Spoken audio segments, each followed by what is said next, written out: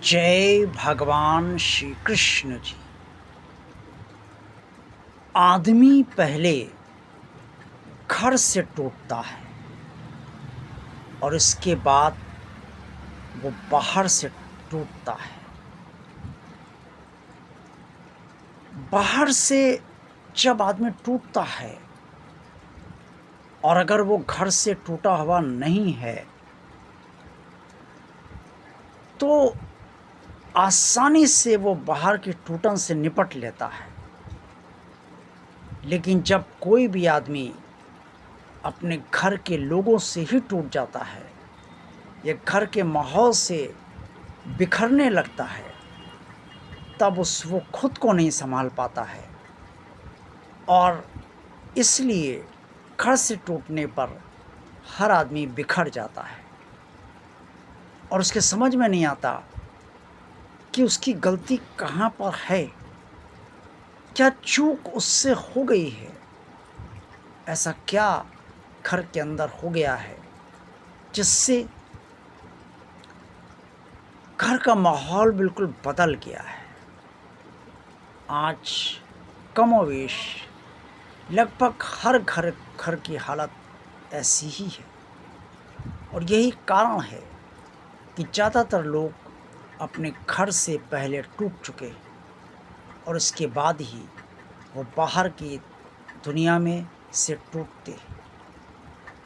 इसका प्रमुख कारण ये है कि घर में आदमी भावना से जुड़ा होता है, प्रेम से जुड़ा होता है और घर से उसे सभी से ये अपेक्षा होती है कि उसे भी प्रेम मिले और उसकी भी भावना की कद्र लोग उसकी भी सुने और समझे। लेकिन जब परिवार का माहौल विषाक्त होता जाता है या इतना बदलता जाता है कि हर आदमी बस अपनी ही सुनाना चाहता है, अपनी ही कहना चाहता है, अपनी ही भावना को अभिव्यक्त करता है और ये अपेक्षा करता है कि उसी की भावना की कद्र की जाए, तो फिर अन्य लोग भी उसे अपनी बात सुनाने से हिचकते हैं और उसकी बातों की परवाह नहीं करते, क्योंकि वो जान चुके होते हैं कि इसे तो बस अपनी ही पड़ी है और ये दूसरे की सुनना नहीं चाहता। ये तो बहुत छोटी बात है। कभी कभी घरों के भीतर इतने भारी विवाद हो जाते हैं जिसकी अगर मूलाधार जिसका देखा जाए तो बहुत छोटा होता है, लेकिन अहम की भावना, स्वार्थ की भावना जब बढ़ जाती है तो वही छोटा सा विवाद बहुत गहरा जाता है। परिवार के अंदर अगर धन संपत्ति के बंटवारे को लेकर विवाद है तो बहुत बड़ी समस्या ये परिवार के अंदर उत्पन्न हो जाती है। माता पिता अगर वसीयत लिख के नहीं गए हैं तो बहुत बड़ी समस्या ये बच्चों के बीच उत्पन्न हो जाती है। इसलिए माता पिता का दायित्व है कि अपने जीवित रहते हुए वो अपने धन संपत्ति की वसीयत अवश्य करा जाए। इसके अलावा भी अन्य कई कारण होते हैं और विचारों का मतभेद सबसे बड़ा कारण घर के अंदर होता है और मतभेद जितना बढ़ता है उसी से मनभेद भी बढ़ता जाता है और मनभेद स्वाभाविक है, जितना गहराएगा घर के अंदर आदमी टूटने लगेगा। मनभेद से किसी को किसी की परवाह नहीं रह जाती। कोई कितना ही परेशान हो, अन्य लोगों के अंदर ये भावना आ जाती है, अरे ठीक है होने दो परेशान। तो जब ये स्थिति घर के अंदर आ जाती है तो घर और बाहर का माहौल एक जैसा लगने लगता है। तब घर के अंदर भी लोग दिमाग से बात करने लगते हैं, क्योंकि भावना और प्रेम शेष परिवार के अंदर नहीं रहता है। बाहर की दुनिया बुद्धि से चलती है और बाहर वो इमोशनल अटैचमेंट हमारा किसी से भी नहीं होता है जो घर से होता है।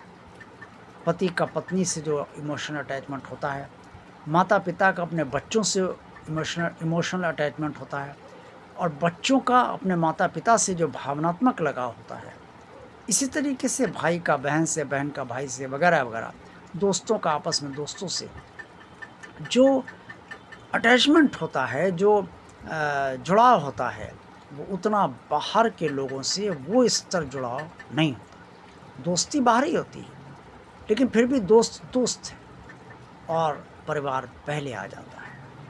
जब भी कोई समस्या परिवार के अंदर आती है, तो सबसे पहले हर व्यक्ति अपने परिवार को ही संभालता है, क्योंकि परिवार के अंदर उसे रहना है और परिवार के लोगों को भी उसके साथ रहना है। और इसका आधार ये है कि परिवार से हम भावना से जुड़े हैं, प्रेम से जुड़े हैं। इसलिए जब भी कोई स्थिति हो, तो उस समय हमें पूजा में भगवान से प्रार्थना अवश्य करनी चाहिए कि हे प्रभु, इस परिवार की एकता को बनाए रखिए, इस परिवार को बिखरने ना दीजिए, और इस परिवार में जो मतभेद बढ़ रहे हैं उसके जो कारण हैं, उन कारणों को आप सबको सद्बुद्धि देकर समाप्त करने की कृपा कीजिए और इस परिवार पर अपनी कृपा बनाए रखिए। भगवान आपकी प्रार्थना के कितने फल आपको देगा या नहीं देगा, ये तो परिणामों से ही आपको पता चलेगा। लेकिन प्रार्थना भगवान से कीजिए और ख़ुद भी प्रयास कीजिए, अन्य सबको भी समझाने का यथासंभव प्रयास कीजिए कि परिवार में रहना है तो मेल जोल से, एक दूसरे की भावना की कद्र करते हुए, और मतभेद कम से कम हो, और अगर हो गए हैं तो मनभेद में ना बदले, इन सब बातों का ध्यान रखते हुए, और स्वार्थ ना देखा जाए परिवार के अंदर, तो ये बहुत बड़ा कार्य हो जाएगा परिवार के लिए। पारिवारिक एकता का क्या आधार, अगर निस्वार्थ अगर वहाँ पर रहेगा तो पारिवारिक एकता मजबूत रहेगी, और जहाँ स्वार्थ बढ़ता जाएगा आपस में, पारिवारिक एकता खंडित होती जाएगी। इसलिए ही मैंने शुरुआत में इस वीडियो में कहा कि आदमी पहले घर से टूटता है, बाहर से बाद में टूटता है। देखते रहिए भगवान और आप चैनल। वीडियो पसंद आया तो लाइक कीजिए, चैनल को सब्सक्राइब कीजिए, चैनल को शेयर कीजिए। भगवान आप चैनल के प्लेलिस्ट भी आप सब अवश्य देखिए। आप सभी का कल्याण हो, आप सभी का दिन शुभ हो व मंगलमय हो। जय भगवान श्री कृष्ण जी।